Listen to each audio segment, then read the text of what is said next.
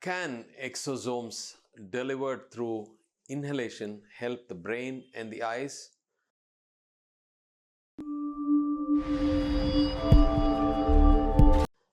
Hello everyone. Today I want to talk about a very fascinating development in regenerative medicine called exosomes. I've spoken about it earlier as well. To understand exosomes, let us first talk about stem cells. Stem cells have been widely studied for their regenerative potential. They can release many biological signals that repair damaged tissues, but interestingly, scientists discovered that much of the benefits from stem cells actually comes from very tiny particles released by them called the exosomes. These exosomes are extremely small, only a few nanometers in size.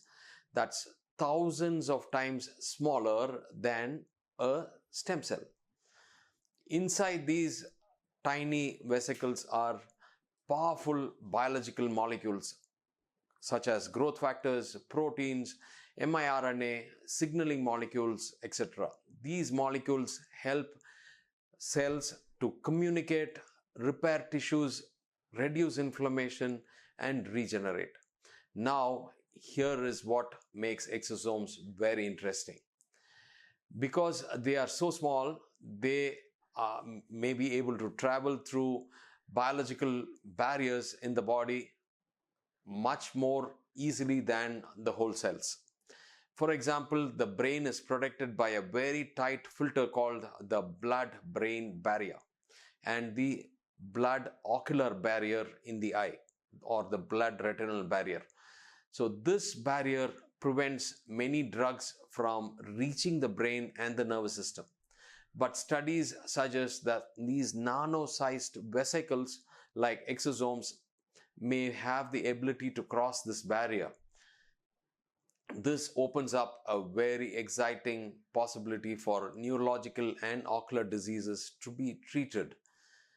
One of the innovative methods being explored is inhalation or steam-based delivery of nanoparticles, where these are small vesicles and may enter through the respiratory system and reach the cribriform fossa in the base of the brain and enters the systemic circulation. From there, they have the potential to travel to tissues such as the brain, optic nerve, the retina, choroidal circulation, and the other tissues in the brain as well. These structures are very important in diseases like retinitis pigmentosa, macular degeneration, diabetic retinopathy, glaucoma, etc. All these conditions involve damage to the retinal cells, reduced oxygen supply, inflammation, or nerve degeneration. Exosomes carry signals that may help with reducing the inflammation, improve cellular communication, and supporting mitochondrial energy, promoting tissue repair, and it supports the nerve cells. Another area where scientists are exploring regenerative approaches is neurodevelopmental conditions like autism spectrum disorder. In some children, researchers believe that there may be brain inflammation, oxidative stress, or reduced oxygen metabolism in certain regions of the brain. Because exosomes are nano-sized and carry regenerative signals, the scientists are studying whether they could support the blood barrier repair mechanism and improve neural communication.